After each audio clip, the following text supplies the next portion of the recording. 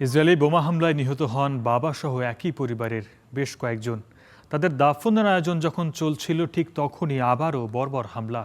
এতে মারা যায় 2 বছরের ছোট্ট শিশুসহ পরিবারটির বাকি সদস্যরা। রাজধানীর বৈরুত সহ লেবাননের ঘরে ঘরে এখন এমন হৃদয় ভাঙা গল্প। গত 24 ঘন্টায় আরও অন্তত 15 জনকে হত্যা করেছে দখলদার বাহিনী। এভাবেই গাজার মতো লেবাননেও বর্বর গণহত্যা চালিয়ে যাচ্ছে ইসরায়েল। পুতুলের মতো ফুটফুটে এ শিশুর খুনসুটি আজ স্বজনদের কাছে কেবলই স্মৃতি।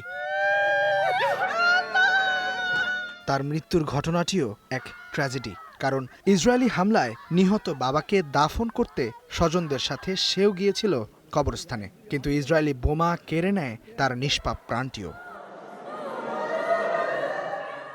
ইসরায়েল হত্যা করেছে শিশু তালিন ও তার বাবাসহ 4 জনকে, ফলে থামছে না পরিবারটির কান্না।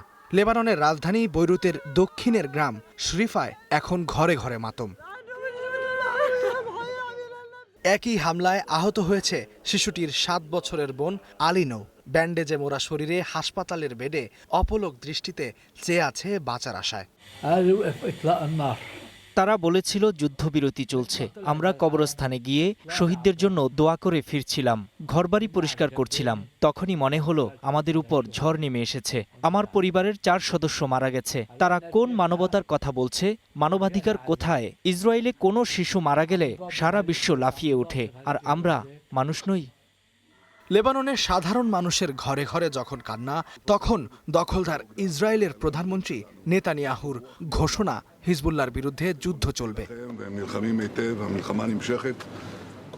আমাদের সেনাদের মধ্যে যুদ্ধ চালিয়ে যাওয়ার চমৎকার আত্মবিশ্বাস আর প্রস্তুতি আছে। তারা ভালো যুদ্ধ করছে।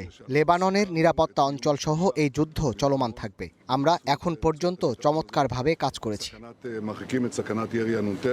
লেবাননের সরকারের তথ্য বলছে, গত 24 ঘন্টায় ইসরায়েলি হামলায় দেশটিতে নিহত হয়েছে আরও 35 জন, আহত অন্তত 150। গত 2 মার্চ থেকে এখন পর্যন্ত 2000-এর বেশি মানুষকে হত্যা করেছে ইসরায়েল। এমন পরিস্থিতিতে মঙ্গলবার ওয়াশিংটনে যুদ্ধবিরতি আলোচনা হওয়ার কথা রয়েছে ইসরায়েল ও লেবাননের মধ্যে। ইস্তিহাদুল মাহমুদ, স্টার নিউজ।